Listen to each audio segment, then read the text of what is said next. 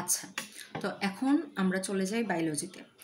বায়োলজির জন্য তোমরা যা করবা সেটা হলো প্রথমে টেস্ট পেপার থেকে টপিক সিলেক্ট করবা, কিন্তু টেস্ট পেপারে দেখবা বায়োলজিতে সিকিউ কিন্তু ব্যাখ্যা আকারে দেয়া, কিন্তু মেইন বই দেখবা মেজরিটি অফ দ্য টাইম এগুলো কিন্তু পয়েন্ট আকারে দেয়া। সো তোমরা চেষ্টা করবা পয়েন্ট আকারে দেয়া। যেমন আমি যদি একটা উদাহরণ দিই, যকৃতের বিপাকীয় ভূমিকা, সেখানে দেখবা প্রোটিন বিপাক একটা টাইপ। আচ্ছা, তারপর সাবটাইপ হইল গিয়ে ডিএমিনেশন, ঠিক আছে?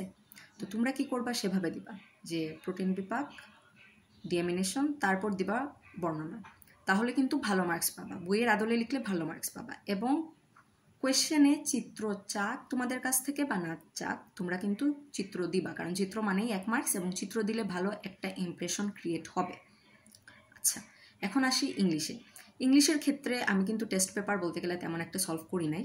তোমরা যে গ্রামার বা রাইটিং পার্টের জন্য যেই বই কিনো না কেন, সেখান থেকে যদি মডেল টেস্ট সলভ করে যেতে পারো বোর্ডেরগুলা, এবং যদি কলেজ বেসিক্যালি প্রত্যেক দিন যদি একটা ইংলিশ ফার্স্ট এবং ইংলিশ সেকেন্ডের মডেল টেস্ট সলভ করো, তোমার কিন্তু ভালো একটা নলেজ গেদার হয়ে যাবে এবং ব্রেইনের থিঙ্কিং ক্যাপাবিলিটিও বেড়ে যাবে ইংলিশের ক্ষেত্রে।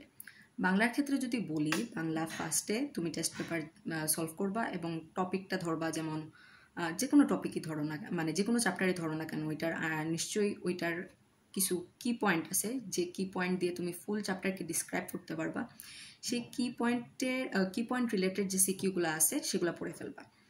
আচ্ছা, আইসিটির ক্ষেত্রে কি করবা? সেম জিনিস, তোমরা টেস্ট পেপার সলভ করবা, দেন টপিক সিলেক্ট করে ওইটা আবার মেইন বই থেকে পড়ে ফেলবা।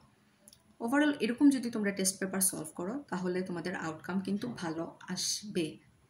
আচ্ছা, এখন শুধু টেস্ট পেপার সলভ করলে কি হবে? উত্তর হলো না। এক্ষেত্রে সেলফ মডেল টেস্টের কিন্তু দরকার আছে, সেলফ মডেল টেস্ট বা পরীক্ষা দেওয়ার। কিন্তু তোমাদের যাদের অবস্থা খুবই শোচনীয়, ওদেরকে বলবো রাইট নাও নিজে প্রিপারেশন নাও, কোনো টেস্ট দেওয়ার দরকার নেই। আর যাদের মোটামুটি একটা ভালো গ্রিপ আছে, ওরা চাইলে সেলফ মডেল টেস্ট দিতে পারে। এখন সেলফ মডেল টেস্টের জন্য তোমাদের আরেকটা ভিডিও আসবে, সেটা দেখার জন্য সেটা দেখলে আশা করি তোমাদের আরও উপকার হবে।